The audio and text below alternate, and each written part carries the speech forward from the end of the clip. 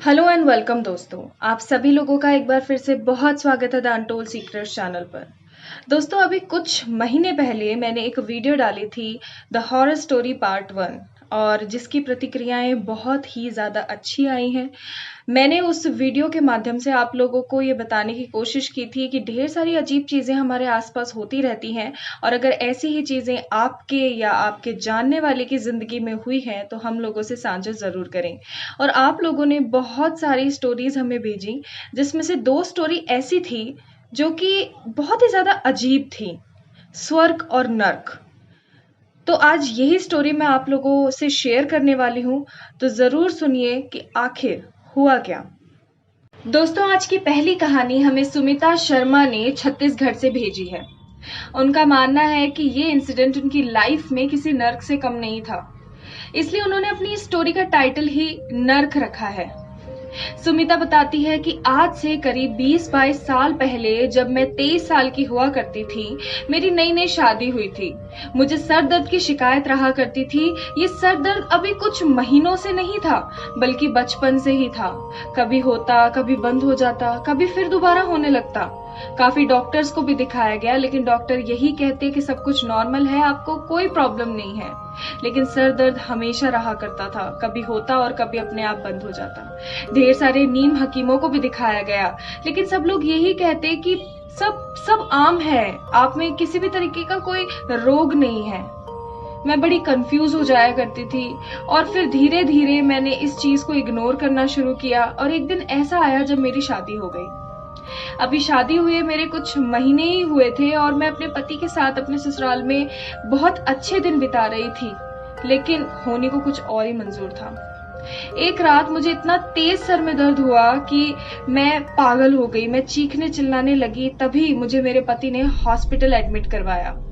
वहां डॉक्टर्स ने मुझे दवाइयां दी, मुझे एग्जामिन किया। शायद दवाइयों की वजह से मुझे नींद आ गई, पर नींद में मैं क्या देखती हूँ कि एक अजीब बंद कमरा है जिसमें से एक अनजानी बदबू आ रही है, जिससे मेरा हाल बेहाल हो रहा था।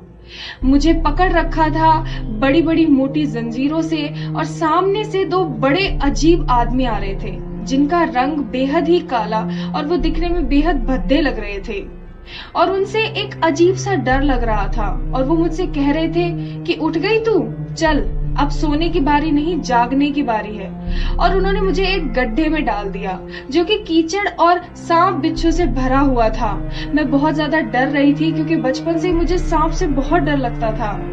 और अचानक जब मैं चीख रही थी, चिल्ला रही थी, तभी एक आवाज आई पीछे से, क्या पागल हो तुम, मूर्ख हो, तुमसे फिर गलती हुई है और इसका दंड तुम्हें जरूर मिलेगा। और अचानक मैं ये देखती हूँ कि मेरे बदन पे एक बड़े सारे सांप ने मुझे डंक मारा है, जिससे मैं अचानक से तेज चिल्लाई आ, और अचानक उठ गई। और उठते ही मैं देखती हूँ कि मैं अपने हॉस्पिटल में हूँ, अपने उसी बेड पे, और सब लोग रो रहे हैं। मेरी माँ, मेरी सासू माँ, मेरे पति, मेरे भाई, मेरे पापा, सब लोग वहां पे इकट्ठे हैं और सब लोग रो रहे हैं। और अचानक मेरे उठते ही सब लोग अचंभे से मुझे देखने लगे।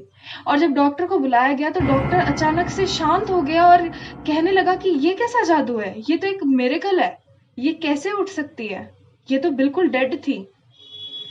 दोस्तों, मैं डेड थी पिछले 7-8 घंटों से, और शायद मैं 7-8 घंटों से वहां नर्क में वो प्रताड़नाएं सह रही थी। मैं बहुत ज्यादा परेशान थी और हो सकता है कि मेरे मरने की बारी नहीं थी, किसी और के मरने की बारी थी जिसको नर्क ले जाया गया था और गलती से मैं चले गई। आज भी ये जो इंसिडेंट मेरी लाइफ में हुआ, ये बहुत अजीब था, बहुत ही ज्यादा अजीब था। मैं खुद नहीं भूल पाई हूँ क्योंकि डॉक्टर्स का मानना था कि मैं टोटली डेड थी, लेकिन मुझे ये सब बातें कैसे पता है मैं नहीं जानती।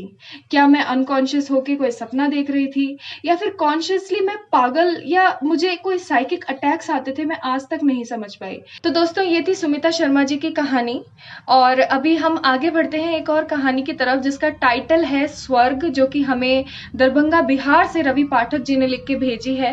वे बताते हैं कि उनकी एक दादी हुआ करती थी जिनकी उम्र काफी हो गई थी, लेकिन वो मुक्ति नहीं पा रही थी। वो हर पल अपने स्वर्ग से धारे हुए पति के बारे में सोचा करती थी और हर वक्त भगवान जी से ये प्रार्थना किया करती थी कि प्लीज मुझे बुला लीजिए, लेकिन उनकी मुक्ति नहीं हो पा रही थी, उन्हें मौत नहीं आ रही थी।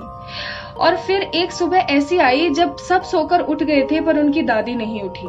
सब लोगों ने शोक तो व्यक्त किया पर सब लोग जानते थे कि ये होना ही था, तो कहीं ना कहीं मन में ये तसल्ली थी कि चलो ठीक है, वो जो चाहती थी उन्हें मिला। सब दादी के अंतिम दर्शन करने के लिए उनके घर आए हुए थे, सब इकट्ठा थे और उनके अंतिम संस्कार की तैयारियां जोरों शोरों से चल रही थी, क्योंकि आप सब लोग जानते हैं हिंदू धर्म के हिसाब से अगर मृतक बहुत ही ज्यादा वृद्ध है तो उनका अंतिम संस्कार जोरों शोरों से किया जाता है, ना कि रोके और पीट के, क्योंकि सब लोगों का मानना यह है कि वो अपनी पूरी उम्र पाके गए हैं, हर क्षण वो अपनी जिंदगी का देख के गए हैं, अच्छा और बुरा, और ढेर सारा एक्सपीरियंस और आशीर्वाद हमें देख के गए हैं। तो स्टोरी की तरफ आगे बढ़ते हैं। आगे वो बताते हैं कि हम अंतिम संस्कार की तैयारियां कर ही रहे थे कि अचानक से दादी के पास की रखी मटकी, जो कि उनके कमरे में हमेशा रखी हुआ करती थी, वो हिलने डुलने लगी, उसके अंदर हलचल सी होने लगी। तो सब लोग अचानक से डर गए, सहम गए कि आखिरकार ये रखी हुई मटकी ऐसे हिल क्यों रही है। तो मेरे जो सबसे बड़े, जो रवि पाठक जी के सबसे बड़े जो चाचा जी थे, वो आए, जो कि बहादुर हुआ करते थे, और उन्होंने उस मटकी को आके हिलाया और देखा, उसका ढक्कन हटा के देखा तो मटकी में कुछ नहीं था, लेकिन मटकी अपने आप नीचे गिरी और टूट गई।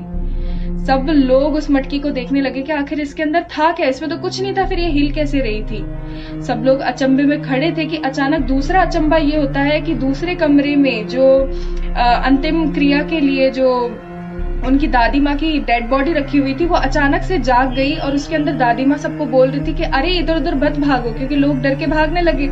तो वो वहां पे खड़ी होके देखने लगी कि अरे ये मैं ही हूँ, तुम लोगों की दादी, इधर उधर मत भागो। तो उनको बैठाया, पानी पिलाया और सब लोगों ने उनसे पूछा कि आखिर हुआ क्या था, आप तो मर गई थी। तो उन्होंने कहा कि मैं मरी नहीं थी, रात को मुझे तेज प्यास लग रही थी तो मैं उठ नहीं पाई और तुम लोगों में से कोई जागा नहीं, तो पता नहीं मुझे क्या हुआ, अचानक मैं उस मटकी के अंदर पहुंच गई और मैं उस मटकी में क्या देखती हूँ कि पानी तो था, लेकिन पानी के साथ साथ ढेर सारी तितलियां बैठी हुई थी। वहां पे तितलियां थी, ढेर सारे बादल थे सफेद और सुनहरे रंग के, जो कि इतने प्यारे लग रहे थे, इतना मनमोहक दृश्य था वहां का। और वहां पर एक छोटा सा पत्थर था जिसके ऊपर तेरे दादाजी भी बैठे हुए थे, जो कि मुझे हाथ हिलाकर मुझसे कह रहे थे कि तू अभी क्यों आई है, तेरा वक्त थोड़ी हुआ है, मैं तेरा इंतजार कर रहा हूँ यहाँ पे, अपनी पूरी जिंदगी जी के जा। मैंने उनको बहुत बोला कि नहीं नहीं मुझे नहीं जाना, मुझे नहीं जाना, लेकिन उन्होंने मुझे धक्का दे दिया और अचानक से मैं ये देखती हूँ कि मैं यहाँ पर आ गई। चलो अब मुझे जल्दी से पानी पिलाओ। और हम सब लोग अचंभे के साथ साथ हंसने लगे, क्योंकि ये हुआ क्या था हमें समझ नहीं आया। काफी दिन तक हमने दादी को गलत समझा, लेकिन धीरे धीरे हमें समझ में आया शायद स्वर्ग और नर्क इस धरती पर ही हैं, और वो स्वर्ग में बैठे हुए अपने पति के पास गई थी, जो कि उनका इंतजार कर रहे हैं कि कब उनकी बीवी भी यहाँ पर आएगी और वो अपनी आगे की यात्रा पर निकल पाएंगे। तो दोस्तों, ये दो कहानियां मैंने आप लोगों से शेयर करी। आने को ढेर सारी कहानियां आई थी, लेकिन ये दो कहानियां ऐसी थी जो मेरे दिल को छुई, क्योंकि दोनों ही आपस में इंटरलिंक थी, स्वर्ग और नर्क। आप लोगों का क्या विचार है इस स्टोरी के ऊपर, इन दोनों स्टोरीज के ऊपर, प्लीज मुझे बताएं कमेंट सेक्शन में कमेंट करके। और दोस्तों, आप सब लोगों से माफी चाहूंगी, काफी टाइम से मेरी कोई वीडियोस नहीं आई है, मैं आप लोगों से जुड़ नहीं पाई हूँ। कुछ व्यक्तिगत परिस्थितियों की वजह से, समस्याओं की वजह से मैं आप लोगों से नहीं जुड़ पा रही थी, लेकिन अब मैं आप लोगों से वादा करती हूँ कि हमेशा आपके लिए अच्छे अच्छे और वीडियोज लेकर आऊंगी। और दोस्तों, दूसरी बात ये कि अगर आप लोग भी अपना कोई ऐसा ही इंसिडेंट हम लोगों से शेयर करना चाहते हैं तो प्लीज डिस्क्रिप्शन बॉक्स में दिए हुए ईमेल आईडी के ऊपर अपनी कहानी जरूर भेजिए, हमें कमेंट करके बताइए कि आप लोग क्या सोचते हैं, क्या सच में स्वर्ग नर्क होता है। और मैं यहाँ पर कोई टिप्पणी नहीं देना चाहूंगी कि कौन सही है कौन गलत है, क्या सच में स्वर्ग था, क्या सच में नर्क था, दोनों ही चीजें हो सकती हैं, गलत भी सही भी। लेकिन मैं ये जो चुनाव है आपके ऊपर छोड़ती हूँ कि आप लोग क्या सोचते हैं। प्लीज हमें कमेंट बॉक्स में कमेंट करके जरूर बताइए। अपने अपने परिवार वालों का ध्यान रखिए, इस वीडियो को लाइक कीजिए, हमें प्यार दीजिए। Thank you so much.